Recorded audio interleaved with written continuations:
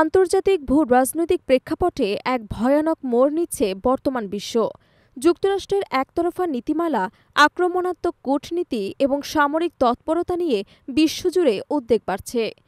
বিশেষজ্ঞদের আশঙ্কা, এসব কর্মকাণ্ড বিশ্বকে ধীরে ধীরে পারমাণবিক সংঘাতের দিকেই নিয়ে যাচ্ছে। বিশ্লেষণে দেখা যায়, যুক্তরাষ্ট্র একদিকে ইউরোপের ন্যাটোর সম্প্রসারণে জোর দিচ্ছে, অন্যদিকে মধ্যপ্রাচ্যে ইরানকে ঘিরে অব্যাহতভাবে সামরিক চাপ প্রয়োগ করছে।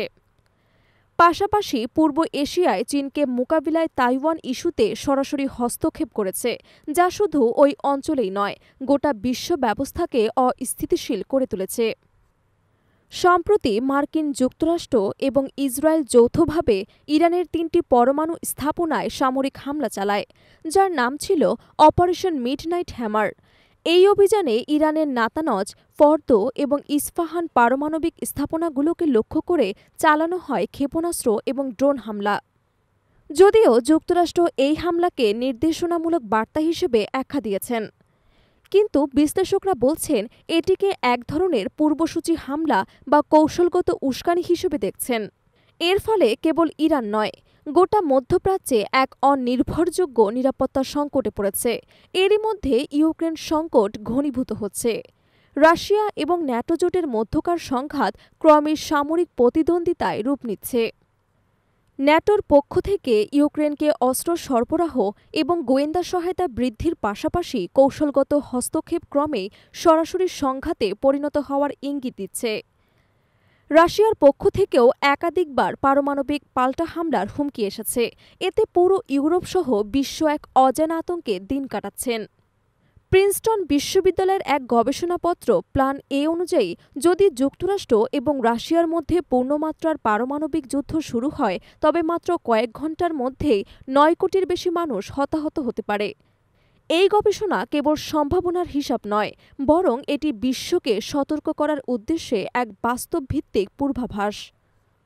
বিশ্বের কূটনৈতিক বিশ্লেষকরা মনে করেন, এই মুহূর্তে সবচেয়ে বেশি প্রয়োজন দায়িত্বশীল কূটনৈতিক আচরণ।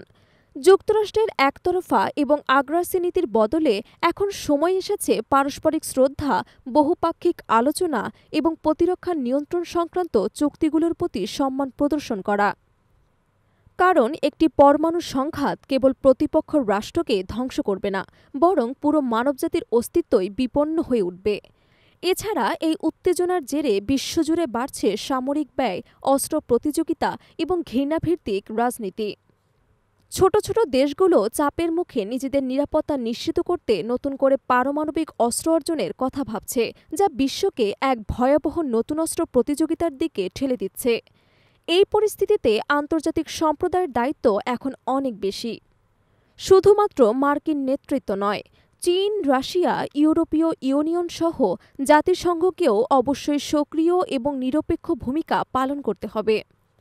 কেবল যুদ্ধ নয়, কূটনীতি এবং পারস্পরিক আস্থা গড়ার মাধ্যমে পথ খুঁজে বের করাই এখন সবচেয়ে বেশি জরুরি কাজ।